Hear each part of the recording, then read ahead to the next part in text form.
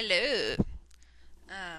I wanted to talk about how I learned about the gold standard and how that kind of piqued my interest in learning about our current situation and whatnot. I mean, it's kind of like throughout my life, things I've learned along the way have built up into these large stores of knowledge that, you know, as you progress through life, you either have to discard certain things and make way for new ideas and concepts, or you keep with some of the things that you've learned in your past and you build upon that.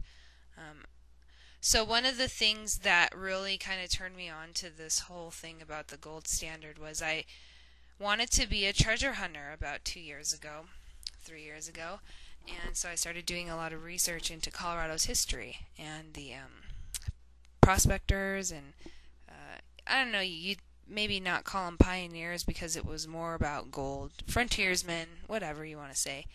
Um, Basically, a lot of people came to Colorado because there was gold to be had here, and you could move here, find gold, and strike it rich.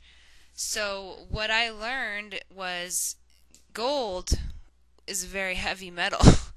And people aren't able to haul around their gold all the time, not to mention just the chances of being burglarized or having your gold stolen or even being killed for your gold was just too much of a risk to be able to carry around your gold dust. So people started replacing their gold dust with IOU notes. And that is when I learned that, paper became more popular because it was not as heavy. And the way that they carried their gold around is I don't think they started minting coins for a while. They actually just had gold blocks and bricks of that nature. So what eventually happened is you had people coming in and start minting coins and everything, but the paper became the standard. The IOUs became the standard, and eventually, obviously, we all know about Federal Reserve, 1913, blah blah blah. So the dollars eventually replaced gold, but at least they were still backed by gold. If you had an IOU note of I owe you 20 ounces of gold, that paper was worth 20 ounces of gold. It wasn't, just like fake. The person who gave you the IOU note actually had the gold, as opposed to now we print out the money and where's the gold? There's no gold. It's stocked away. So anyways, in my studies of the gold standard, I learned about the silver crash in the late 19th century, early 20th century, and how that really devastated a lot of people in Colorado because silver was one of our main mineral sources. Not to mention that I think it was around the Depression, maybe even prior to the Depression, that the government actually prohibited gold. So people were basically commanded to give up their gold and turn it into authorities. And in doing so, they relinquished a lot of what they had of value. A lot of people obviously could see through this, and they buried their gold, or they hid their gold, or it's stashed all over the place. And so that's why I wanted to get into treasure hunting, because I know that a lot of people ended up passing away or never telling their offspring about the gold that they had. Freak accidents occur, which was pretty commonplace back then. And so there's this gold. There's all this gold all over the place, and I wanted to find it, so I did my research, and I actually have a map, a topo map, covered with highlighted places of where there's supposedly all these caches hidden, or there's certain bandits used to hide out over here. And so I've got like some different places where if I had the metal detector to do the work, I could probably find some cool stuff. But I kind of gave up on that dream because I couldn't afford to get a metal detector, ironically.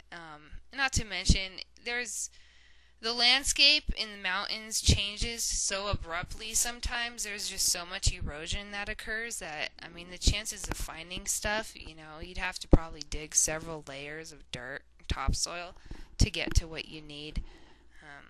And a lot of the stories that I read and the history that I researched wasn't, some of it's not accurate, or people have actually gone.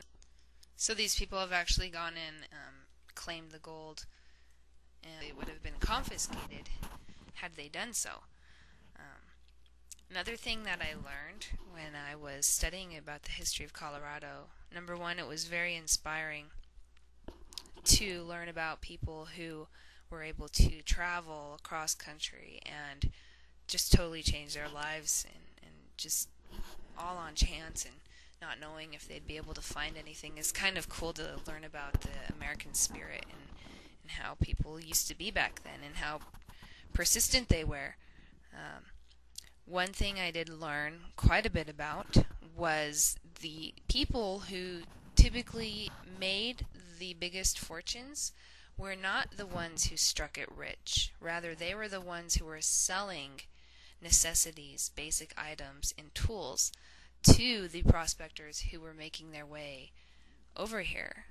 And that was really surprising to me, because you imagine that you find the actual mineral source, you're going to be the rich person. But like Tabor, and we have several buildings in Colorado named after Tabor, he actually made his wealth by selling tools to the prospectors, and eventually he started networking with these guys, and he would buy up mines and claims that people were just finished working.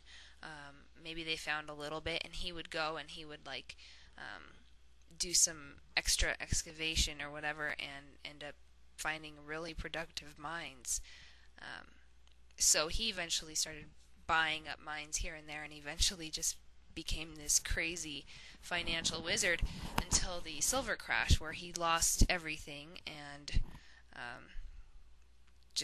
it just ruined him. So that's something to consider as we head into this recession.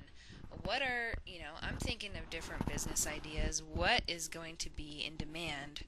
What sort of services are going to be needed as we enter into this? Like, not everything is doom and gloom. There are some opportunities, and if you have the mind and the eyes to see it, you can hopefully take advantage of that situation and possibly help other people, and make some money for yourself, or even just establish some really good relationships with people, which I think is even more important than trying to make money.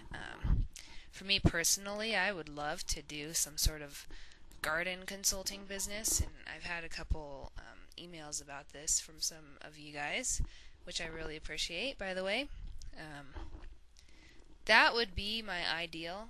I have thought about doing some other ideas in terms of offering different types of goods. I know that going into this, people are not going to have the same mentality that they do shopping for things that aren't really very good quality. You're going to see there's going to be an increase in demand for durable quality products, things that are not really going to fall apart after the third time you use it, So I see, exports from Japan going up, stuff from China.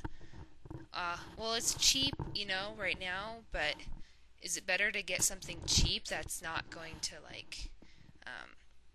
be reliable, or is it better to get something is going to produce time and time again? So those are things to consider. Like I said, I'm racking my brain for ideas and trying to be positive, because watching these videos, it is a lot of doom and gloom, and it can totally rub off on you if you like to watch YouTube, because I don't watch TV. I just will get on YouTube, and I think it's much more entertaining, and it's kind of like therapy in a weird way. I've noticed these videos for me is like therapy, because you guys are honest with me, and if you think about psychologists, they're not going to try to help you, because then they'd be out of a job, you know? You guys have no, like, ulterior motives for talking to me about my issues or whatever, you know? I'm not keeping you in work. So, just a couple things to think about. Hope you guys are having a good day.